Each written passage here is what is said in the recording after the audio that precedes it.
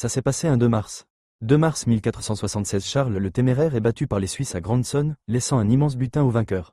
2 mars 1698, Pierre le moine d'Iberville fonde Bâton Rouge en Louisiane après avoir observé des poteaux rouges marquant un territoire indien. 2 mars 1791, le décret d'Allard abolit les corporations en France, garantissant la liberté d'entreprendre. 2 mars 1807, l'Angleterre interdit la traite atlantique des esclaves. 2 mars 1820, le compromis du Missouri autorise l'esclavage dans les nouveaux États sous une certaine latitude, préparant la guerre de sécession. 2 mars 1836, le Texas proclame son indépendance du Mexique.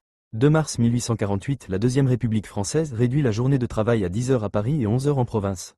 2 mars 1919, Lénine fonde l'Internationale communiste, Comintern, pour unir les partis marxistes sous l'égide de Moscou.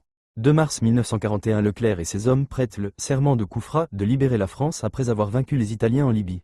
2 mars 1956, la France reconnaît l'indépendance du Maroc, bientôt suivie par l'Espagne.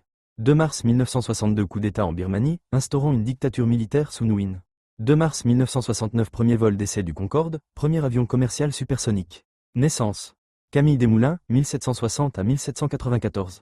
Avocat timide et bègue, Camille Desmoulins devient une figure clé de la Révolution en juillet 1789 en incitant la foule à prendre la Bastille. Brillant journaliste, il publie La France libre, Le discours de la lanterne et les révolutions de France et de Brabant. Proche de Danton, il obtient un poste au ministère de la Justice après la chute de la monarchie. Son histoire des Brissotins précipite leur chute. Sous la Terreur, son journal Le Vieux Cordelier lui vaut d'être condamné avec Danton. Son épouse Lucile, tentant de le sauver, est exécutée peu après lui. Léon XIII, 1810 à 1903, devenu pape en 1878, Léon XIII est le premier à concilier foi chrétienne et idéaux démocratiques. Son œuvre majeure, l'encyclique Rerum Novarum, 1891, marque un tournant en plaidant pour la justice sociale et les droits des ouvriers. Mikhaïl Gorbatchev, 1931 à 2022, leader de l'URSS dès 1985, Gorbatchev lance les réformes de la perestroïka et de la glasnost pour moderniser le pays. Il négocie le désarmement nucléaire avec les États-Unis et laisse les pays satellites retrouver leur souveraineté. Refusant la répression, il accompagne la fin pacifique de l'URSS. Fête.